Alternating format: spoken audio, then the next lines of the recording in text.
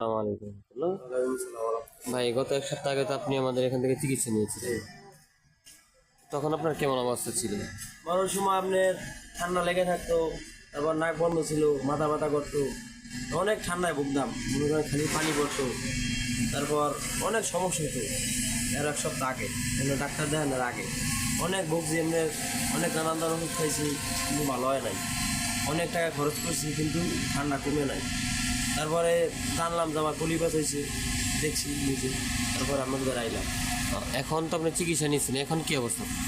তখন তো ভাই অনেক ভালো বুঝি, মানে ঠান্ডা ঠান্ডা লাগে না, তারপর পোলিও নাই, তারপর ঠান্ডা জ্বর কাশ এদিক কিছু নাই, মাথা ব্যথা এই সব অনেক অনেক ভালো বুঝি এক সপ্তাহ পরে।